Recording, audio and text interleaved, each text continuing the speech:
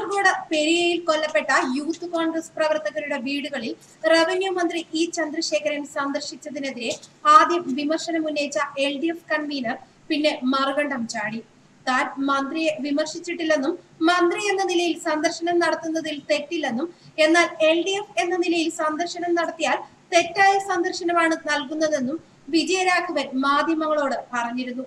മന്ത്രി ഇ ചന്ദ്രശേഖരൻ സന്ദർശിച്ചതിനെ താൻ വിമർശിച്ചെന്ന നിലയിൽ ചില മാധ്യമങ്ങൾ നടത്തുന്ന പ്രചരണം വസ്തുതകൾക്ക് നിരക്കുന്നതല്ലെന്ന് LDF കൺവീനർ A വിജയരാഘവൻ പിന്നീട് പ്രസ്താവന ഇറക്കി.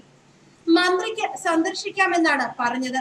കൊലപാതകം അപലപനീയവും ആവർത്തിക്കാൻ പാടില്ലാത്തതാണെന്നും വ്യക്തമാക്കി. LDF എന്ന നിലയിൽ സന്ദർശനം നടത്താൻ തീരുമാനിച്ചിട്ടില്ലെന്നും അദ്ദേഹം അറിയിച്ചു. മരണവീടുകളിൽ ജനപ്രതിനിധികൾ പോകുന്നതിനെ നിരുത്സാഹപ്പെടുത്തുന്നില്ല. CPI നേതാവെന്ന ചന്ദ്രശേഖരന്റെ സന്ദർശനം നല്ല സന്ദേശം നൽകാനെന്ന് കരുതാനാകില്ലെന്നായിരുന്നു ആദ്യ പ്രതികരണം. കൊലപാതകം CPM പോലെ രൂക്ഷമാക്കി. കാലം യാത്ര തുടങ്ങിയ അന്നാണ് കൊലപാതകം നടത്തിയത്. തുടർന്ന് ഹർത്താലായതിനാൽ ജാഥ മാറ്റിവെച്ചു. ഇത് CPI വലിയ അവമതിപ്പുണ്ടാക്കി.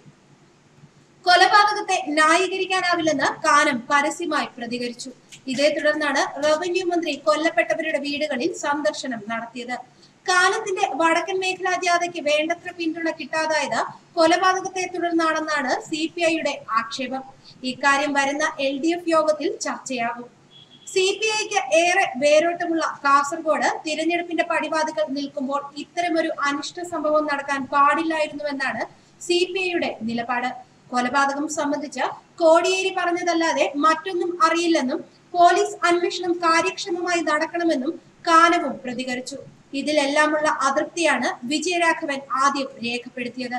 എന്നാൽ പ്രസ്താവന പുലിവാലാകുമെന്ന് മനസ്സിലാക്കിയാണ് വിജയരാഘവൻ തിരുത്തി വീണ്ടും പത്രക്കുറിപ്പിറക്കിയത്. CPMലെ ഭിന്നത LDFിലേക്ക് നീണ്ടാൽ തിരഞ്ഞെടുപ്പിനെ ബാധിക്കുമെന്ന് അറിയാവുന്നതിനാൽ വിവാദങ്ങൾക്ക് തുടക്കത്തിലെ തടയിടുകയായിരുന്നു മുന്നണി കൺവീനർ. അതേസമയം പാർട്ടിക്കുള്ളിൽ തന്നെ ധാരാളം പ്രതിഷേധം ഉയർന്നു വരുന്നുണ്ട്. മുഖ്യമന്ത്രി പിണറായി വിജയൻ അധികാരമേറ്റ ശേഷം ആദ്യം പാർട്ടിയോട് നിർദ്ദേശിച്ചത് രാഷ്ട്രീയ കൊലപാതകങ്ങൾ അവസാനിപ്പിക്കണം എന്നതായിരുന്നു.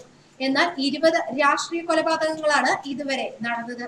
അതിൽ CPMകാരും കൊല്ലപ്പെട്ടു എന്നതാണ് വസ്തുത. ന്യൂസ് ഡെസ്ക് മലയാളി വാർത്ത.